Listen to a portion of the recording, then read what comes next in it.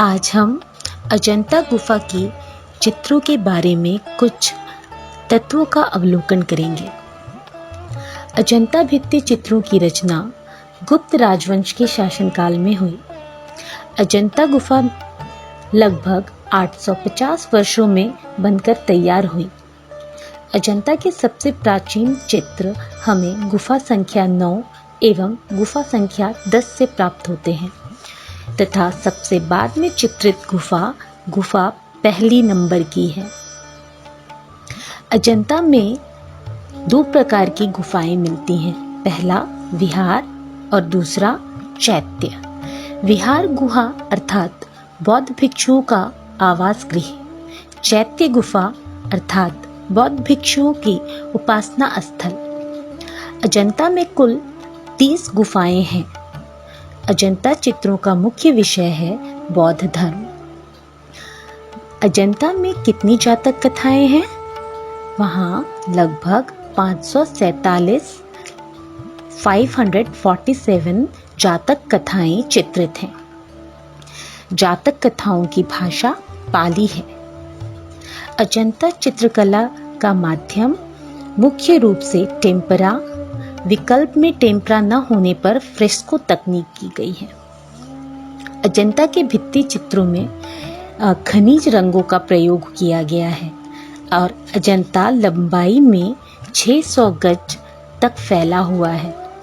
अजंता की गुफाएं एलोरा की गुफाएं से लगभग 100 किलोमीटर दूर अर्थात 62 मील की दूरी पर स्थित है।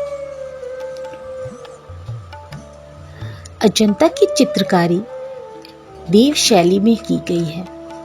वर्तमान में अजंता के कुल 6 गुफाओं में चित्र प्राप्त होते हैं, 9, 10, 16, 17, 1 एवं 2 में।